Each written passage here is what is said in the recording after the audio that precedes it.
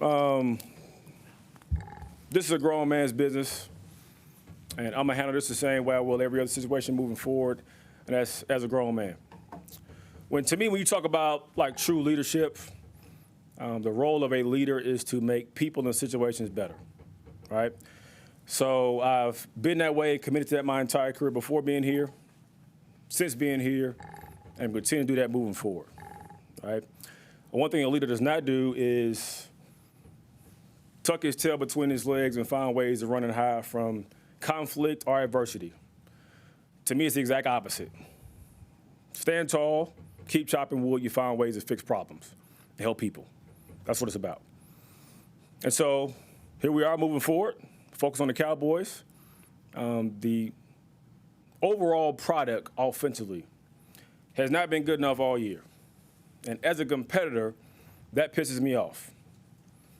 But the reality is we have to do a better job as coaches of coaching our players, demanding more to put these guys in better spots to have a better product on game day.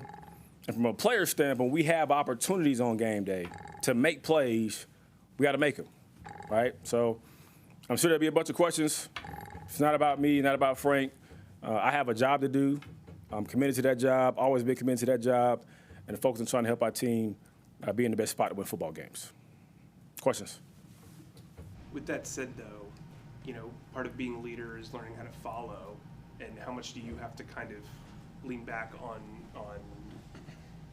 that aspect of the job of being a leader when now you do have a different job, I guess, again? It's not a different job. Other than not calling plays, nothing else has changed. I'm still game planning every day. I'm still running install meetings. I still have a big role and responsibility in practice. And as far as falling back on stuff, I was raised by the best leader I know. And so I'm going to continue to try to find the best ways to lead that I know. Those your parents? Correct. Yeah. My mother and my father, for sure. What was the conversation like with Frank? How did he come to you? When was this? Officially, I would say Sunday night, that was confirmed, but I pretty had a good idea just based on some other conversations post the game and even other weeks that could be a possibility. I'm not going to say that it's something I necessarily saw coming. Also not going to say that I'm necessarily surprised by it, but we live in a production business, a results-driven business, and every decision is supposed to be focused on trying to find ways to help the football team win. So he made the decision to give me an opportunity to be a play caller. He also made the decision to also take it back to having him be the play caller. So I have nothing else to do but other respect that decision and continue to do a really good job of moving forward of helping our football team and our players be in the best spot. That's my overall goal, my responsibility, regardless of feelings and emotions. That doesn't change. To me, being a true leader, it's not about leading when you feel good, leading when everything is nice and dandy. That's the easy part of leadership. To me, it's about being able to still have command, have conviction, and inspire the group. Thomas, when you were promoted, so to speak, you said besides looking forward to helping this team win, you liked the opportunity to open doors for other black coaches and other black play callers. Correct. Do you feel like this is a setback for you personally and for other minority coaches in your position? Personally, or other people, I would say no. Again, that's a future decision to kind of see what happens down the road. But in the same respect of like leadership, right? I have a tremendous faith and belief in God and His vision and plan of my life. And so, just like you talk about leadership and not cowering down and backing off of that because things aren't going well, I'm gonna have the same, if not more, belief and faith in what I believe in because of what I choose to believe in, but also because of past history, right? There's been a lot of things I've kind of been through in my personal life, in my coaching career that didn't always seem like it was going to work out in the long run. But one thing that I've never been about doing and I'm going to start doing now is trying to figure out how to worry about the future. I worry about today. And I said that, week one when I'm asked questions about preparing for the offseason of different player acquisitions, today is all I have. And so today is all I'm focused on. Frank said yesterday, that 3 games, he admittedly was not a big enough sample size for you to really do what he called magic. Are you would you have rather not even had that opportunity given how it ended so abruptly? Well, I mean, to be given the opportunity or not is out of my control. Again, I'm a competitive person, so I don't care what it looks like. If I'm given an opportunity, I'm going to try to maximize it and be the best I can at that. Again, there was a number of things that ended up not being the way it should have been or being as good as it probably could have been. But I'm going to take it 10 out of 10 times, because I'm going to bank on where God has placed me, on my own process and just past history, but also more importantly, this football team, what our guys can do. Was there any one moment, though, in the last few weeks that you kind of sensed that this was coming before Sunday? I mean, I would say the entire time, just because again, this is understand. Like I said at the beginning, it's a grown man's business, and so it's not about feelings or emotions. It's about overall production and getting results. It's what drives or should drive most decisions. So I didn't think about it a whole lot. I'm not going to say there's one point that I thought they would possibly happen. But again, I'm not going to say I'm completely surprised by it because we have to play better, got to coach better, got to get better results. So that's what it boils down to. Frank said yesterday, he said it didn't do well under him either, the offense. Mm-hmm. And so what do you feel like is ultimately the reason this offense is failing? Yeah, I mean, failure to me is final. So we're not done playing yet. Again, it's been well below our expectation for sure. And to me, it's about what I said at the beginning about trying to find ways to us coach and demand better, give more clarity, try to put our guys in the best spot to make plays on game day. And when we have opportunities, we got to make them. So it's kind of a collaborative effort as far as players and coaches be on the same page to get that done. Are the players here to run the offense that you and Frank want to run? Absolutely, yes.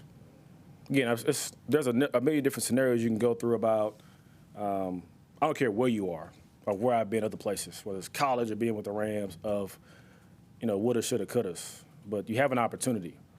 We all have an opportunity. That's all that matters. So we have the guys we have. I love our entire football team. I told them today in our offensive meeting.